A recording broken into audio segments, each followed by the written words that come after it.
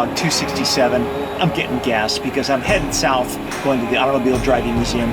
It's an absolutely stunning March day. Incredible, gorgeous.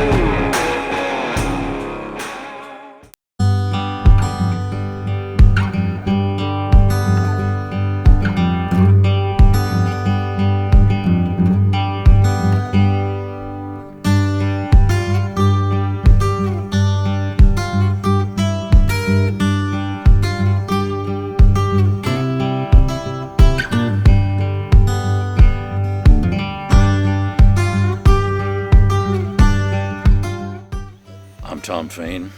You're here at the Automobile Driving Museum. I have a title. They call me the Director of Preservation. No one is certain what that means, but it appears to include that I am responsible for keeping about 130 of these cars running and on the road. Today we're going to show you 4 or 5 cars from the 1930s and 40s, which have, I think, some particular interest to you.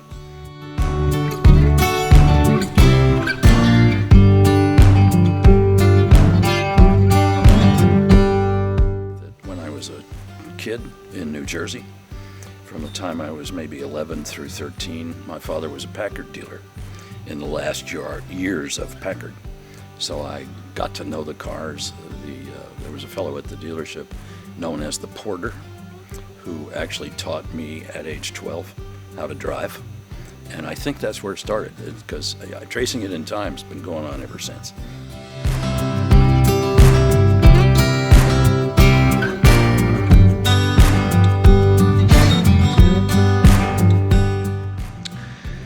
This is a candy store, full-on candy store of cars, amazing Packards, Buicks, Cadillacs, just a little bit of everything. And the fact that I can walk up to any of these cars, like this Caddy right here, and climb inside. What we have arrayed here in this quadrant of the museum, which is number 2, are the 30s and 40s cars, beginning in 1930 or so, and continuing until 1941. And the reason we include 1941 as the end of that era is that's when the war started.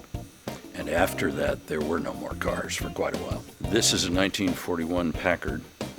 It's a LeBaron-bodied sedan, which is kind of special. That's a custom body. But the really unusual thing about this particular car is it is an original car. And what that means is you're looking at it, how it left the factory.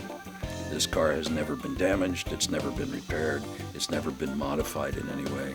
And if it were to go to a show, it would go in what's known as the preservation class. And in the preservation class, you have original untouched cars, which tend to be more valuable than the perfectly restored cars of the same type. Well, you get to see how this thing really was in the year it was born. This particular car has something especially interesting. It has clear plastic seat covers over the original upholstery. People did that because they felt they didn't want to sit on the original upholstery and thus wear it out. In the period, a lot of people did that in their living rooms, believe it or not. You have that at home, don't you? But this car is still the way it was. And you could buy those things, if Pep Boys existed, down at your local Pep Boys. Well, I don't know directly too much about what was happening in the 30s because I was still a gleam in my mother's eye. But if you recall, it was the Depression. And that made a huge difference in the automobile industry. Specifically, these manufacturers that began the Depression in 1929 and 30, there were many of them. I don't know the exact count, but there may have been more than 100. By the end of the decade, there were about 10. It was a very hard time. This 36 Ford Roadster that sits behind us here sold for less than $600. Now think about that. The people could not afford these cars. It had only been since 1927 that used car sales for the first time exceeded new car sales. So it was a very difficult time. People were keeping their cars. They were, as the saying goes, driving them into the ground. They were wearing them out. And finally, when the war started, they were turning them in for steel to make ships out of them. So it was a very difficult time. The items of interest about this particular car are, A, it's a Ford, and it had that V8 engine, and everybody assumed it went fast, including the moonshiners. And when properly modified, it did. This particular car is sort of the sports model, and it's the rumble seat Roadster.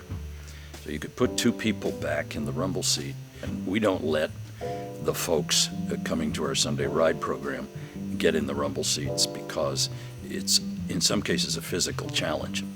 And we really don't want to drop anybody on the pavement, so we're pretty careful about that. In addition, it does not have roll-up windows, and it's a sporty little thing. It looks good, it sounds good, and it goes down the road good. I think the luxury cars of the late 30s and 40s, remember now the Depression is winding down. It's going to really wind down once the war starts, but it's pretty good. Production was very high industry-wide in 1937, and the two leading luxury cars, I think, were still the Packard that we looked at earlier, and this 39 Cadillac long wheelbase sedan.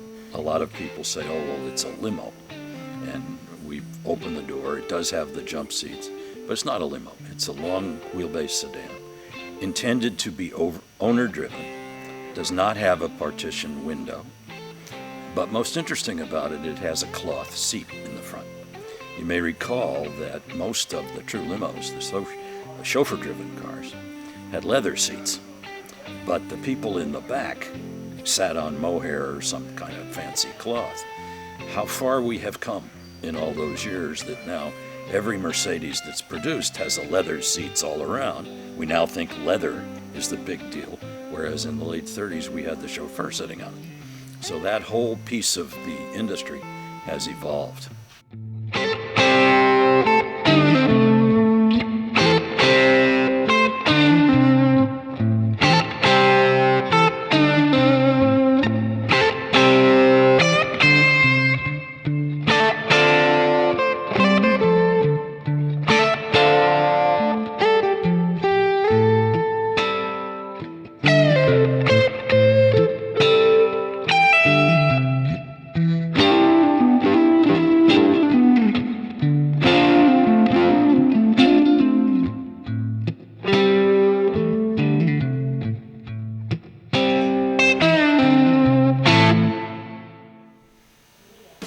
The twins. Yes, the twins are quite a pair. That's well, it's the twins, but they're the older and younger brother. They're really very interesting. What you see behind me are two cars from 1932, which competed directly with each other. The 32 Packard, the light Packard, and the senior 32 Buick Model 90. The Packard, the 32 Packard, sometimes called the shovel nose, was the entry-level Packard, yet they competed with each other, being only approximately $100 apart in price. The interesting competition with these two cars goes back to the late 1920s, when Buick employed a slogan, you may have heard it, when better cars are built, Buick will build them. Packard came along a few years later and said, when prettier cars are built, Packard will build them.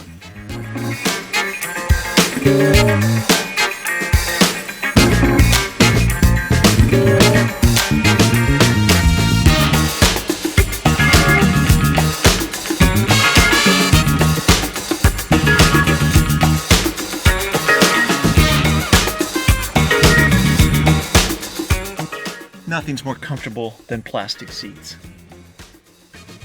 Not really.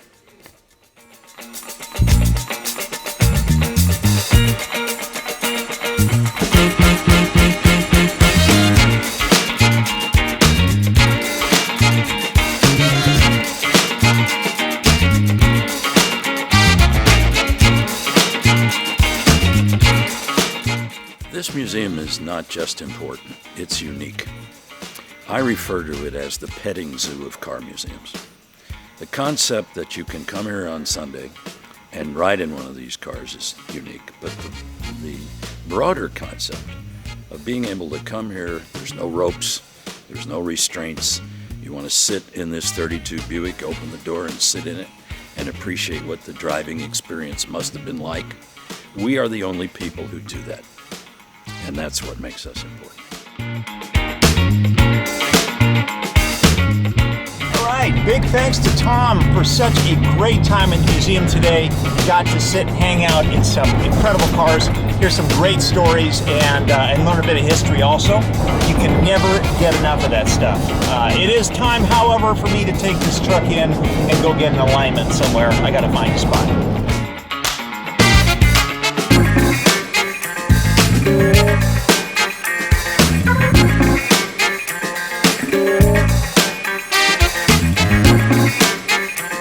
Yeah.